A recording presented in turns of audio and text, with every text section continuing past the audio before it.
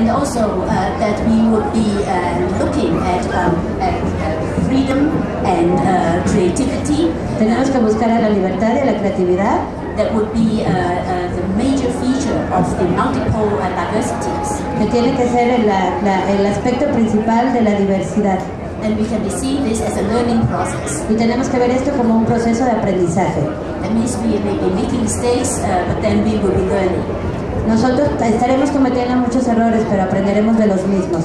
And it has been 10 years of the World Social Forum. And ha habido 10 años de forma de diversidad. I think we can also be reflecting. En estos últimos 10 años del Foro Social Mundial. So I think it is also a time for us to be reflecting on what we have achieved and how we can be furthering these linkages. Entonces tenemos que tomar en cuenta qué es lo que hemos logrado a lo largo de estos años, reflexionar en lo mismo y ver qué vamos a hacer en adelante. So we are fighting the enemies, but we are also constantly changing ourselves. Que estamos en contra de nuestros enemigos, pero también estamos en un continuo cambio de nosotros mismos. So thank you very much. Debemos seguir luchando contra nuestros enemigos, pero seguir cambiando nosotros mismos.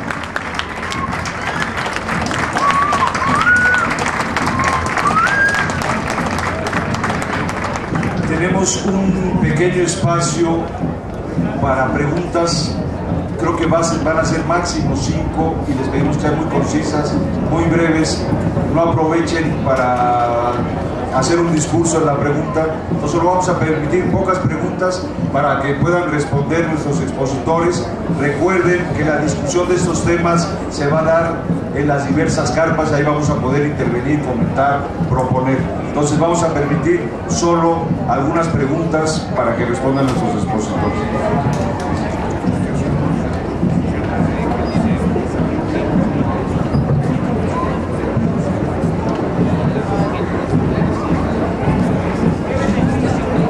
No es ninguna pregunta. Quiero aclarar lo que dijo Lau Qin-Chin, porque pues, los que no entiendan inglés se puede haber malinterpretado. Lo que mi tocaya dijo es que en las culturas tradicionales se encuentran las fuerzas de resistencia al capitalismo y no para que se desarrolle el capitalismo. Perdón.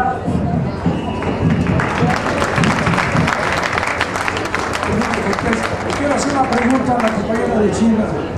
Si la participación que hizo fue a nombre del pueblo trabajador de China o del gobierno de China.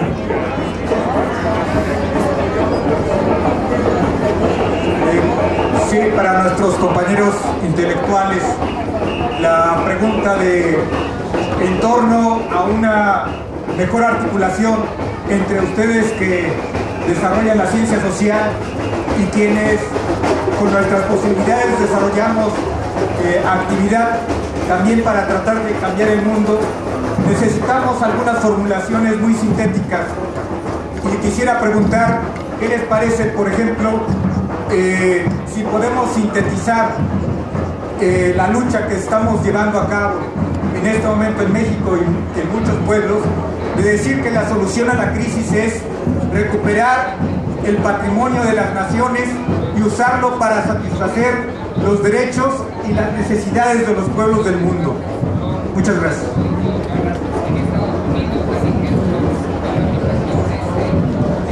Yo quiero agradecerles. Me gustaría, si alguno de los tres tiene información sobre esta ideología de los amos del mundo, el grupo Bilderberg Group, la comisión trilateral, que tiene mucho que ver la parte de Estados Unidos, Canadá, Japón, y ahora ya está entrando también China y otra gente, y el Council on Foreign Relations, que es el que determina la política exterior de los Estados Unidos y que tanto nos afecta. Sirenia.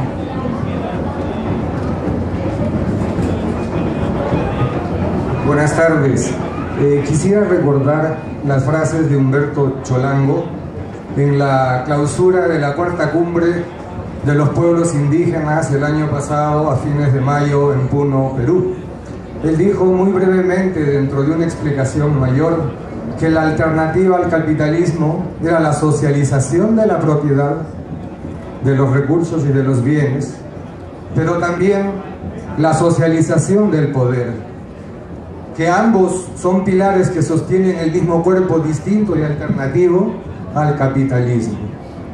Aquí se ha dicho algo parecido, que propiedad, en su sentido más genérico, la propiedad privada, es la concentración del poder, y que el poder es la concentración de la propiedad privada. Por ende, hay que combatir a ambas a la misma vez. Vuelvo a la observación de Cholango en aquella parte que dice la socialización del poder, y ahí entro de frente a la pregunta. En los 10 años de Foro Social Mundial hemos cuestionado al capital transnacional y a su patrón de poder, al capitalismo, de distintos modos. Pero de tanto ver al otro, al enemigo, poco vemos lo nuestro. Mi pregunta es, por ejemplo, una de las conclusiones de la cumbre climática en Cochabamba, en Bolivia, este año, fue hacer un referéndum mundial respecto al respeto a los derechos de la Pachamama. Mi pregunta es, en 10 años la mesa, ¿qué ha observado de ese mismo respeto de los gobiernos que emergen alternativos en América Latina y el Caribe?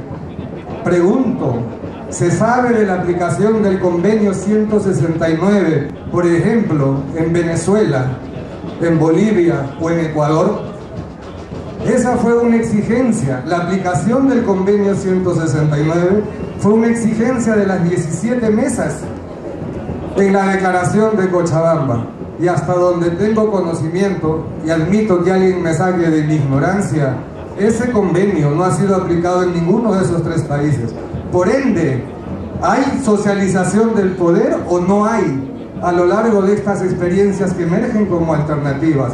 ¿Cuáles son las observaciones y las sugerencias que hacen los ponentes de esta mesa respecto de eso? Porque aquí se dijo que no hay que cometer los mismos errores, y movimientos que emergen como una experiencia de socialización del poder, que en Bolivia se llamó instrumento político al servicio de la organización social y acción directa de los movimientos sociales, finalmente devienen reiterando hábitos partidarios donde 3 docenas de personas deciden el destino del movimiento. Mi pregunta creo es precisa y espero respuestas más o menos precisas o en esa dirección, sin dudar que esos gobiernos también nos representan y que estamos con ellos, pero abrir al debate, eso que poco se debate en eventos como este. Me refiero a la socialización del poder en todas sus implicancias, para combatir al capitalismo y a su patrón de poder, sin duda alguna. Permiso.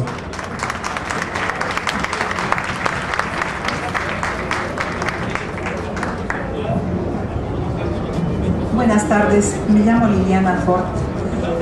Yo estoy de acuerdo en general con las posturas de la mesa en el sentido de esta transformación personal, esta evaluación de las culturas tradicionales, es de allí donde va a venir la solución. Pero quiero hacer hincapié en lo que acaba de decir el compañero. Efectivamente, este capital humano, no el capital como acumulación de bienes, el capital humano, que es una ciudadanía organizada, una ciudadanía civilizada, porque allí nos transformamos en el debate público. Este debate, esta socialización del poder, que tendría que estar cristalizada en propuestas constitucionales, creo que no las estamos haciendo. Esta forma de decir, basta, tenemos que reorganizar nuestra nación democráticamente, que en la Constitución esté garantizado el derecho de todo mundo a participar en los diversos grupos de su vida. ¿Por qué? Porque es así donde vamos a, no solo a transformarnos nosotros, a sacrificar ciertas cosas y formar esa identidad social humana que nos falta, sino que nosotros mismos vamos a estar atentos a que se distribuyan los bienes por méritos. Creo que sí necesitamos nosotros rascarle bastante en la concepción de constitución que tenemos, las bases, porque de aquí de las bases es que salen precisamente esos juristas, esos jueces, esos poderes administrativos que realmente todo les importa, excepto la distribución, la civilidad, la constitución social del pueblo, que tiene que ser cuidada por una constitución jurídico-política. Yo creo que eso nos falta todavía. Gracias.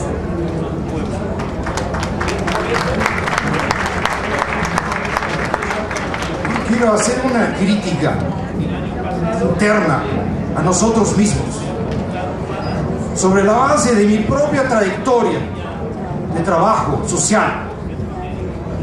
Rechazo categóricamente que se nos reduzca a preguntas y a respuestas. Es decir, que los ponentes son los que saben y los que estamos en las sillas somos los que no sabemos. Somos los legos, somos los laicos que no sabemos. Yo quiero llamar a que esto sea verdaderamente un foro social ciudadano mundial, donde cada quien se pueda levantar y ser orador, que puede aportar con su conocimiento, y que empiece ya ese foro